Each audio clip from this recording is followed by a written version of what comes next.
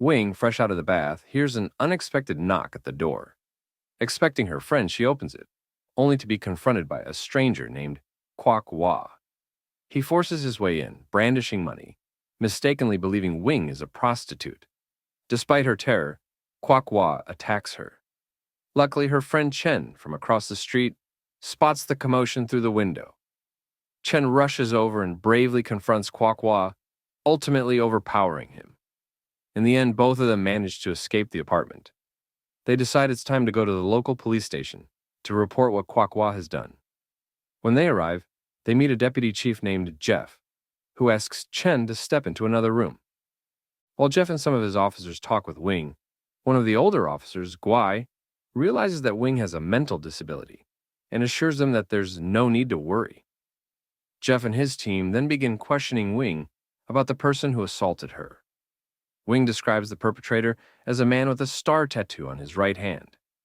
However, as they delve deeper into the details, they are shocked to discover that the perpetrator is none other than their own police chief and superior, Kwok Wah. Kwok Wah, who is also at the station, overhears Wing's words. Following this, Kwok Wah gathers all his subordinates, including Jeff, and tells them that he believes Wing is a prostitute. He claims to have paid her, so he feels entitled to complete the trade, which leads him to insult her without hesitation. However, they quickly realize afterward that Wing is not what they assume, but rather a student with a mental disability. Wing lives with her grandma and Chen, who sells steamed buns near a high school every day. One day, Wing and her grandma buy bread from Chen.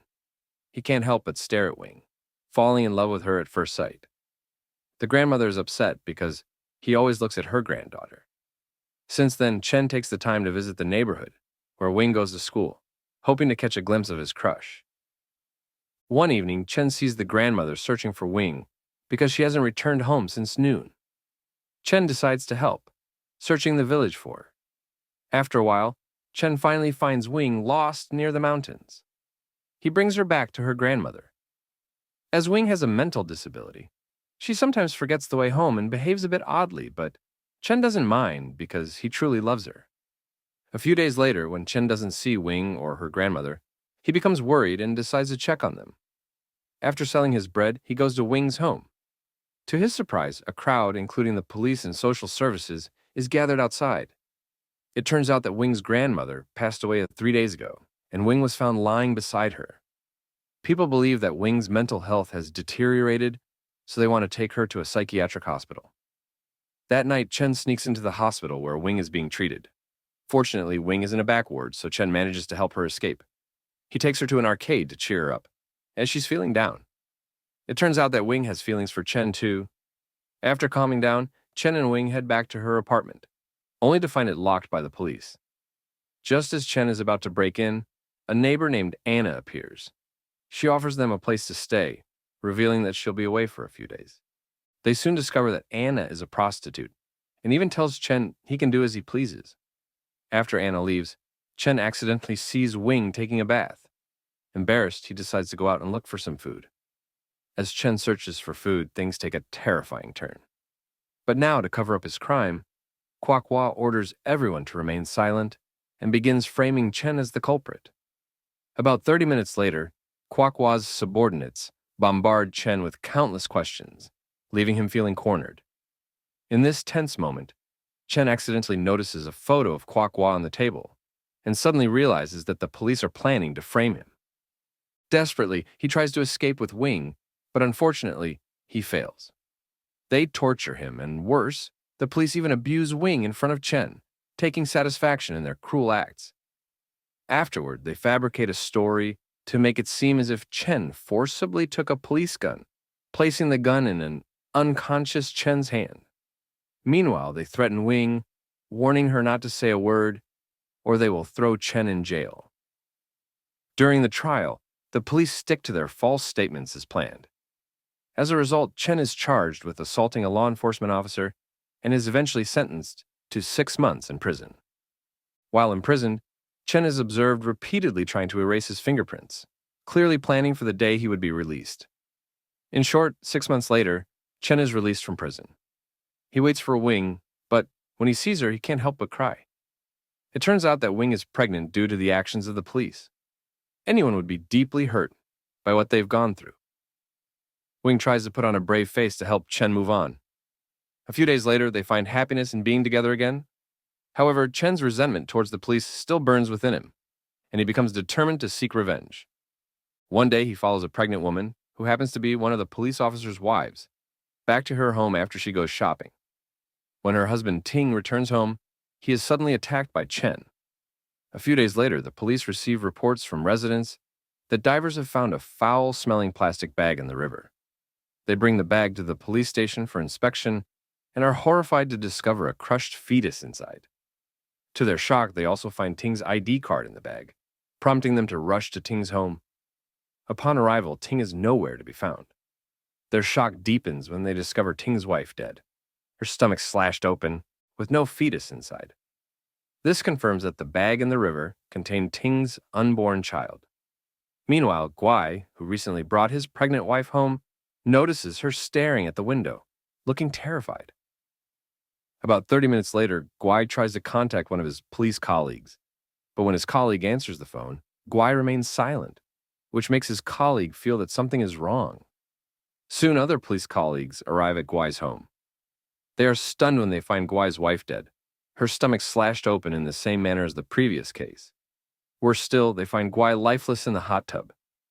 At this point, Jeff begins to suspect that these events might be Chen's way of taking revenge on them. The news of the serial murders targeting police officers spreads across national television. The authorities conduct thorough searches by inspecting all vehicles entering and leaving the city. Before long, they stop the bus Chen is riding on. Fearing Jeff's suspicions, Chen decides to quietly slip away. Unfortunately, Jeff catches up with him, leading to a chase, and Chen is eventually captured and taken to the interrogation room. There, Chen finds himself being tortured by Jeff and one of his accomplices. They are determined to force Chen to confess in front of their colleagues.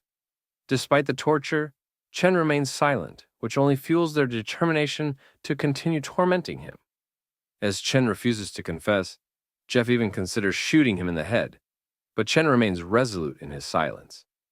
Meanwhile, at home, Wing sees the news on TV that Chen has been arrested for killing a police officer and his family. The news deeply disappoints Wing, as it means they will be separated from their loved ones.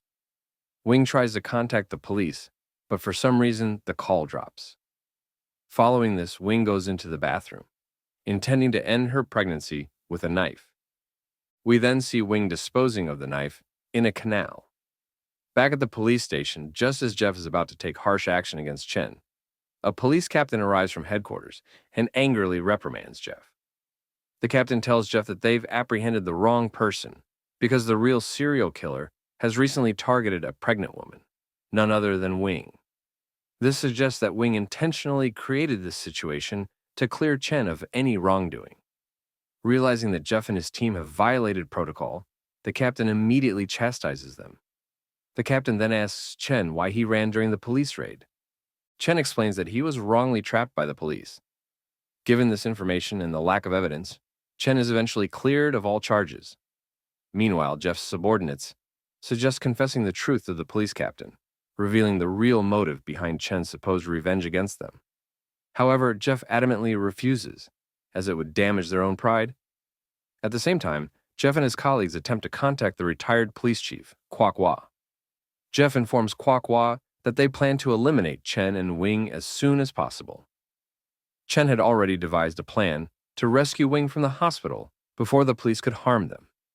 However, just as Chen and Wing are about to escape, Jeff catches up with them, sparking a frantic chase. Jeff's men are ordered to intercept the ambulance Chen is using. In one encounter, Jeff's men locate Chen's vehicle and open fire, causing it to crash into a gas station. This leads to a fierce confrontation between the two sides. Shortly after, Jeff arrives and attempts to ram Chen's car. Fortunately, Chen manages to avoid the collision, and the chase continues. Eventually, Jeff catches up with Chen and begins beating him. In a moment of desperation, Chen stumbles upon an iron plate and uses it without hesitation to strike back, severely injuring Jeff. The next day, Kwok Wah finds Wing in the ambulance. Without a second thought, he shoots the still unconscious Wing. Kwok Wah then fires a shot into the air, to lure the now conscious Chen from the previous night. Hearing the gunshot, Chen, who has just regained consciousness, stirs. He tries to approach Kwok Wah, who, eager to finish the job, quickly shoots Chen until his gun is empty. Kwok Wah then tells Chen that if he survives, they should meet again. 5 years later, Kwok Wah is still haunted by the guilt of what he did to Wing and Chen. Now living in another city, he works as a teacher. Additionally, Kwok Wah frequently appears on national television, volunteering for religious and charitable causes. On the other hand, Chen has survived, and he spots a television program featuring Kwok Wah. Now knowing where Kwok Wah is, Chen plans his revenge. Before heading to confront Kwok Wah, Chen shaves his head, resembling a figure of wrath. Chen goes to meet Kwok Wah, who is teaching children how to play the piano. When Kwok Wah sees Chen, he invites him for coffee, trying to make amends and seek forgiveness for his past wrongs. However, consumed by revenge, Chen ends Kwok Wah's life on the spot without hesitation. In the final scene, Chen and Wing continue their lives together. Wing has survived, but due to the gunshot wound inflicted by Kwok Wah, she is now confined to a wheelchair.